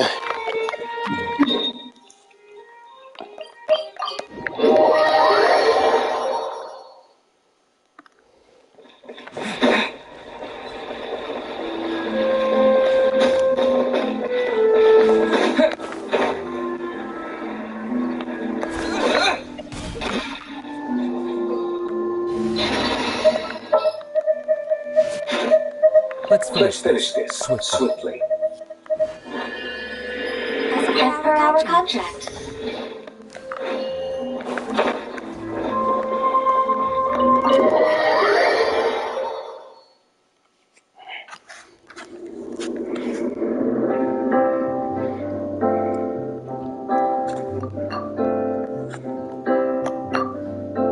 She deserves a hero's farewell. If that's the only way to convey to the audience the courage and selflessness that she showed in the face of death, then it's a meaningful way to end the story. Even in the last moments of her life, she was still leaving a trail for others to follow. She did her best to protect as many people as possible, even if it meant sacrificing herself. We know what choice our little Oceanid would have made now. I don't think any more discussion is necessary. Well, Mom? If we put the past aside for now, do you think you can bring yourself to go ahead with the show? I will channel all my regret and put it into my performance. To make this a show worthy of our director. I won't ask for your forgiveness, and you don't need to worry about my feelings. This final farewell show should be about Director O'Reilly and her alone. Then it seems like we've reached a consensus. I have a feeling that this will turn out to be the most mesmerizing performance of your lives. Really? How can you be so sure when you've never even seen them perform before? Don't underestimate my experience. After watching a countless number of musicals, I've learned one important thing. If you want to move the audience with your music, you must fully commit and immerse yourself in your role, pouring all your emotion into your performance. And aren't human emotions love, hate, regret, and hope just the most mesmerizing things in this world? Yeah! I don't believe anybody could be more committed to bringing this story to life on the stage than they are now. Thank you for the vote of confidence, Miss Furina. And thank you for supporting us through all this. Then let's not delay things any longer. We need to discuss the details of the ending and get it nailed down once and for all. Actually, before that, I'd like to make a proposal. During the curtain call, please allow me to use the director's name instead of my own. Huh? But then... After all, this role was originally meant to be played by the director. I'm just filling in for her. Besides, a role commemorating her life should be associated with her name. Well... If you're sure you're okay with that, I have no objection to it. Now you're talking like a serious acting troupe. Alright. I'll leave you to fine-tune your musical while I go and procure a stage.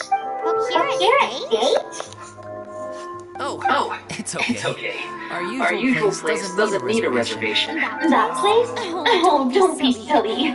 For an extraordinary show, we need an extraordinary stage. By which I, of course, mean the Opera Epiclese. Whoa, wait, what? No, that's never going to work. It's far too fancy for the likes of us. What are you afraid of? Surely you don't think that Aurelie's story is unworthy of the grandest stage in Fontaine. No, that's not what I meant. It is supposed to be your grand finale, right? Believe in yourselves. Go big or go home. I have no problem with it then. How about the rest of you?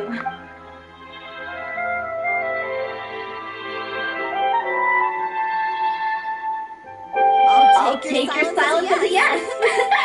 Thank you for giving us this opportunity. It really is a dream come true. Well, then don't disappoint me. If you mess this up, it'll reflect poorly on me too. Come on. We'll need to get the go-ahead from Novelette. I know just where to find him.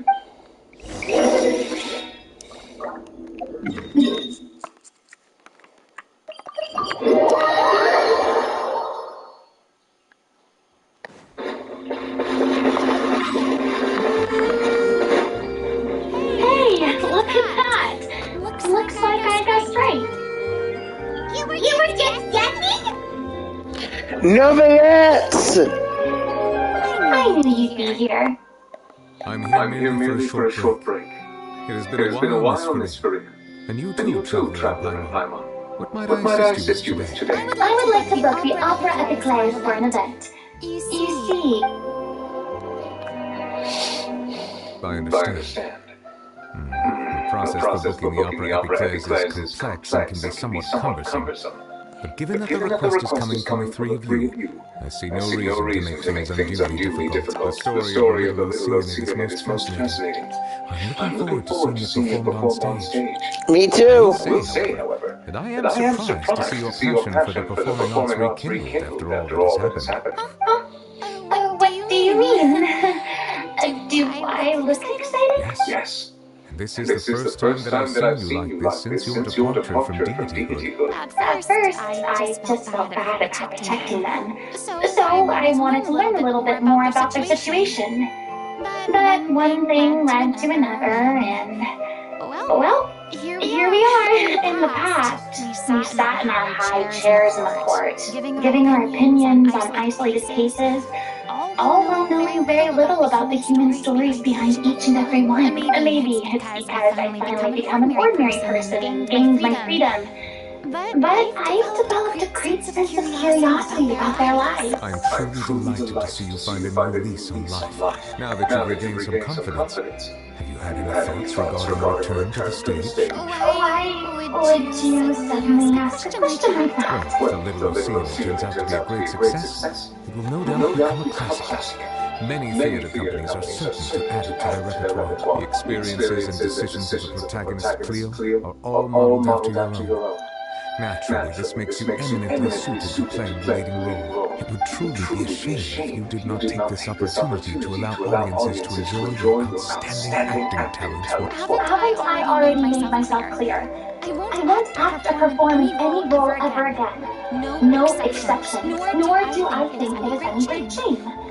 There is a lack of fine actors or inspirational stories, either on or off the stage. This experience is a case in point. I feel like I've learned a lot, and it has already been well worth the price of admission. I must admit, though, I'm a little envious. They're quite fortunate to be able to bid farewell to their past. Well, I'm glad to let you have a role to play that you enjoy, on the stage or not. In a magnificent manner, yeah. The show will serve as the grandest of finales. I will have my staff book the date and mail the relevant paperwork to the troupe once the details are confirmed. You are very welcome.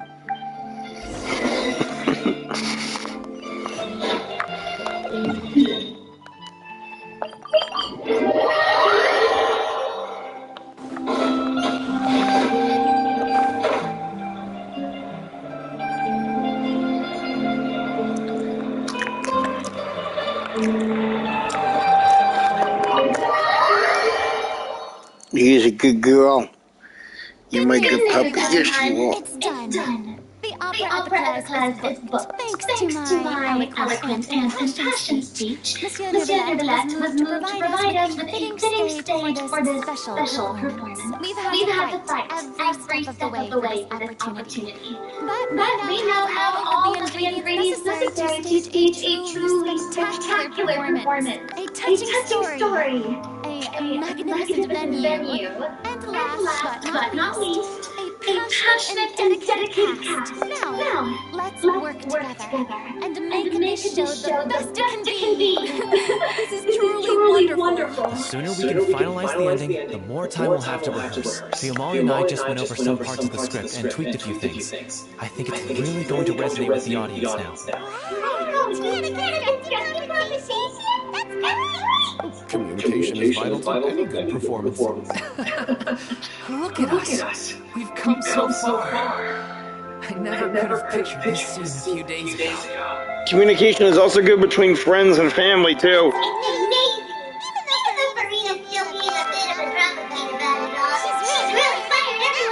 I'm really looking forward to the final production. Please feel free to give us any comments or suggestions you have. We really value your input. Hey, Loic, get over here. Time to practice the opening number.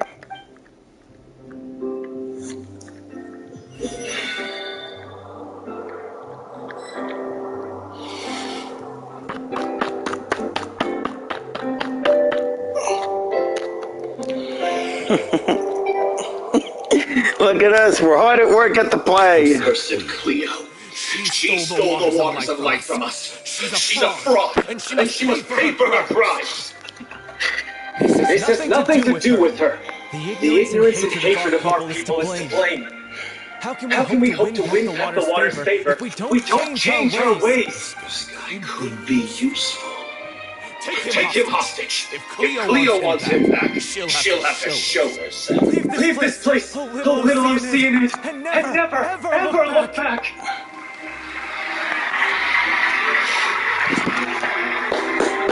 Look at so many people arrive for this play. Hope to see some familiar faces. Everyone's really throwing themselves into their roles. I haven't seen such a fine performance in a long time. If only. What should we do? It's almost time for her to take the stage. Why does it have to be now? Hey, what's going on? You're due on stage any second now. Oh no, not her illness. Not again. But why? What about your new meds? Did they stop working? They've been getting less and less effective over time. I've had to keep increasing my dose. What? I thought they'd cure it. So they were only managing your symptoms? I figured whatever it took to get me through this final performance. How could you do this to yourself? And after that lecture you gave me about not looking after my health. I'm sorry. I've let everyone down. This is a conversation for another time. How can the show go on without its star performer? Furina, they need you! Miss Furina, I'd like to make a request of you. Say no more. If you're sick, you need to rest. I know what you're going to ask. Loic, your character has no more scenes, correct? Yeah. I think my scenes are all done. Although, I do have one more line. But I guess another guy in the troupe with a similar voice register could take it. Why? Please take Dolphy back to her place to rest. I'll sing the finale. From the sublime to the ridiculous. After all that, everything's come full circle. Thank you, Miss Furina. I'm so sorry to put you in this position after everything you said. Never mind. What's done is done. It's really my own fault for getting in too deep. No one likes regrets. Myself included. Leave it to me. I've watched you rehearse so many times that I've learned Cleo's parts by heart. I do not doubt your acting skills, but please allow me to ask just one more question. After all, this show is dedicated to the life and legacy of our director. What, in your opinion, is the reason Cleo shines so brightly? Well... It's her pure heart. Despite all the pain and loneliness she had to endure, she never once stopped believing in the beauty in this world. Well said. Something that director Aurelia would say herself. Furina, you were made to lead this troop. I leave Director Aurelia in your hands.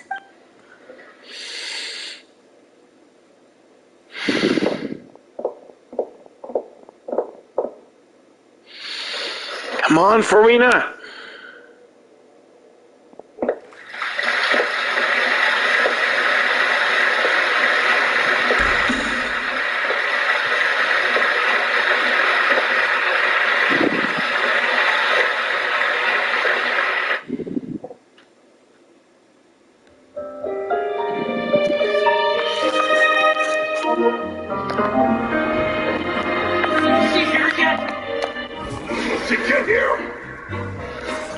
She's not coming! You're wrong. She's here.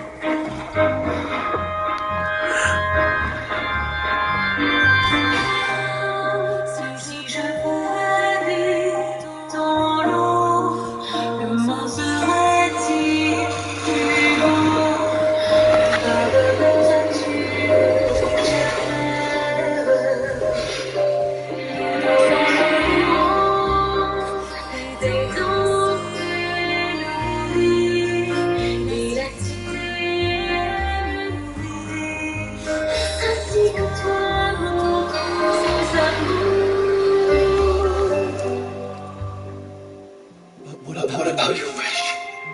My wish.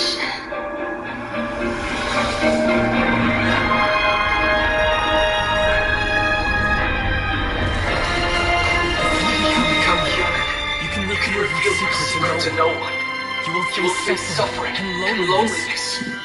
Is this truly what you want?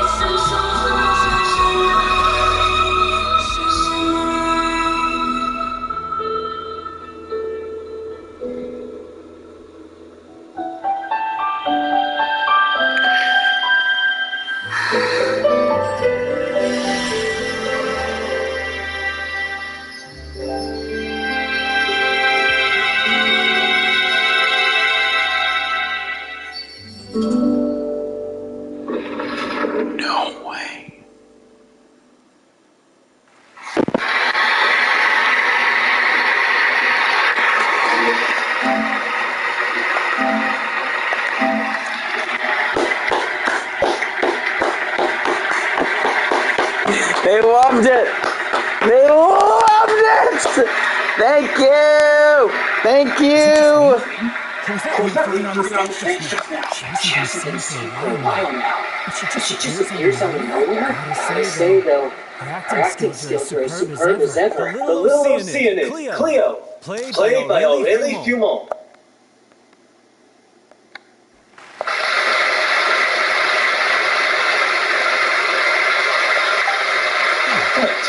That's not her name.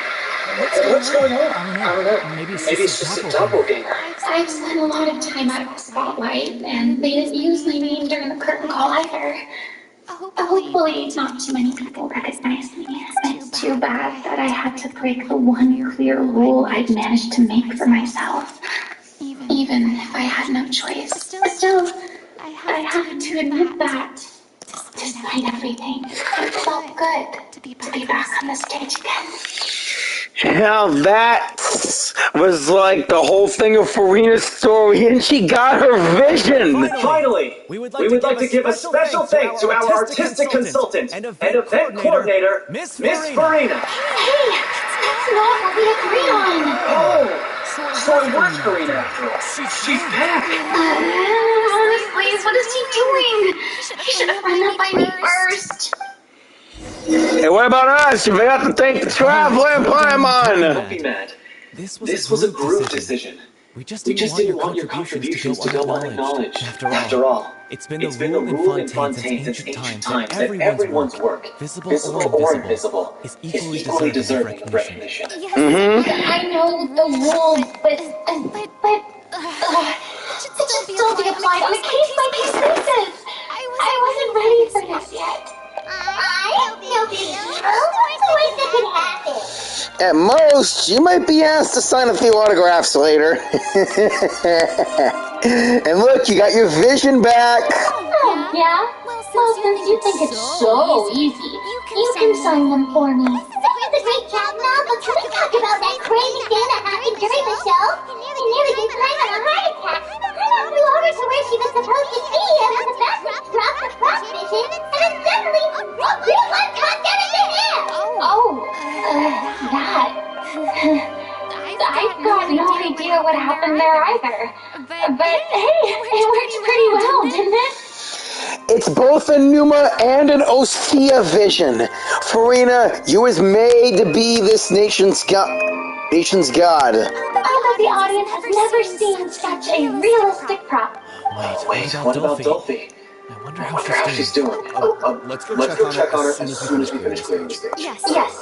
Plus, she'll definitely want to hear how the end of the show went. Now, we can safely say that we accomplished what we set out to do.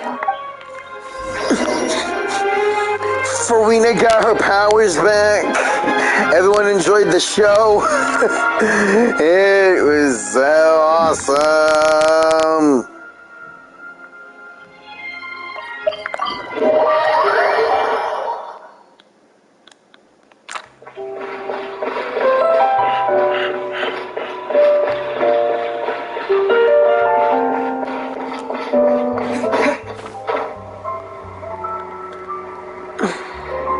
Someone's itching for trouble, aren't you, my little pup?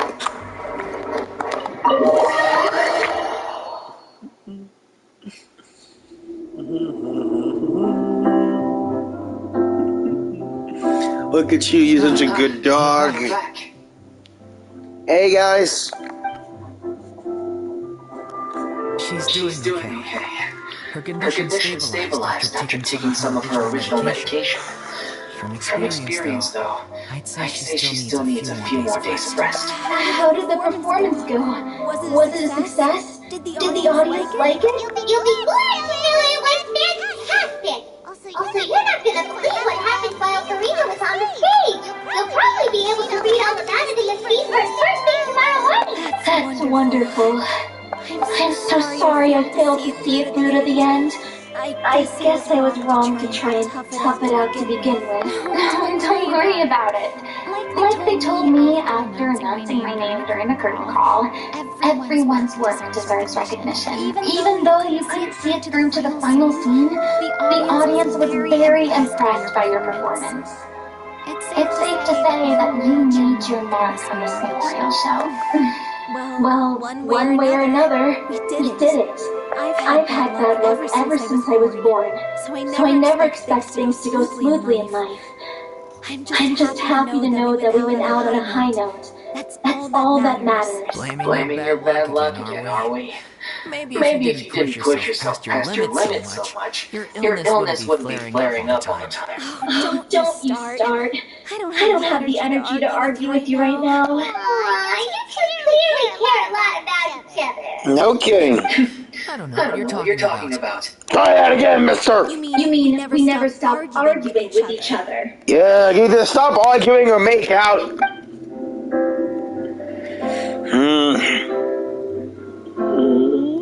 So, any plans for the next step? After the brilliant performance you put on, the reputation of your troupe is sure to spread like wildfire.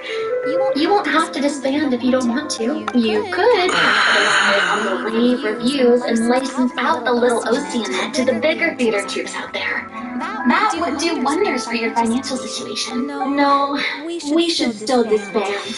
What? No! Yeah. It's what we all agreed to. After all the time, I should give you guys some space. Maybe I'll have some again one day. No, don't go! Damn it. I still want to keep performing, so I might join another troupe. After watching Miss Furina's performance, I think I'm starting to understand a director's infatuation with musicals. You should do it. It suits you. I'd originally hoped to keep performing too, but I don't know if my health will allow me to. So now you finally got your priorities in order. I guess I'll hold off until you've properly recovered as well. What about you, Miss Furina? Any future plans? Well, frankly, I think a return to obscurity is no longer an option for me. I'm sure a slew of consultancy requests will hound me wherever I go, until I finally acquiesce. You rather seal my fate there with your special thanks at the end of the show. Sorry. It's quite alright. No need to apologize. What I meant to say is that this whole experience has shown me that perhaps I'm not as averse to a return to the stage as I previously imagined. Maybe Nervylette was right. Maybe Cleo is the right role for me. I still don't wish to pretend to be someone else, but I do have a desire to express myself. So maybe the show will go on for me after all. There's no need to draw lines in the sand. Just do whatever feels right to you. Yeah. There was once a time when I was an actress in a masquerade, seeking only to hide the truth. But from now on, I want to spend my time learning real stories about real people and how they touch the lives of others around them. I want to watch them blossom and wither, see them refined on the page, retold on the stage, and remembered long to the future. I'm sure this is what captivated director O'Reilly as well. Sounds like you're ready to start running from your true calling. The more you get out into the world, the more you'll discover what a fascinating place it is. Next time, I'll invite you to join me. Then it's a deal. We'll see the nation together. The whole world. If a vision is a gift from the gods, then I should do my best to honor it. Consider that vision of yours, Furina, as a last gift from Focalor herself. It's ironic to think that in my whole time as a god, I could only ever dream of receiving this kind of power. And now that the gods have given me their blessing, it actually feels more like I'm finally able to take my fate in my own hands. Is that how humans feel about it as well? You got this, Furina, and you can call on me if you ever need any assistance. That is, I still have to work on you.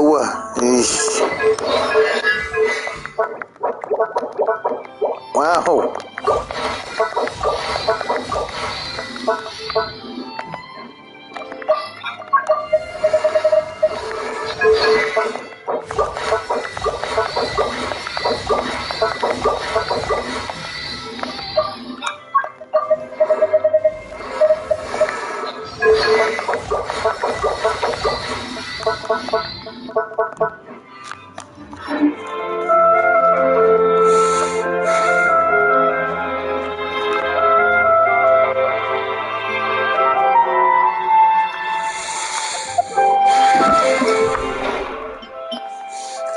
New event time. May as well take it on. For time's sake. Anyways, I'll see you all in my next gaming venture. Please like, comment, share, and subscribe, and keep on gaming. And I'll see you all in my next video. Bye. Peace out. Hey, what's down the camera? Get off.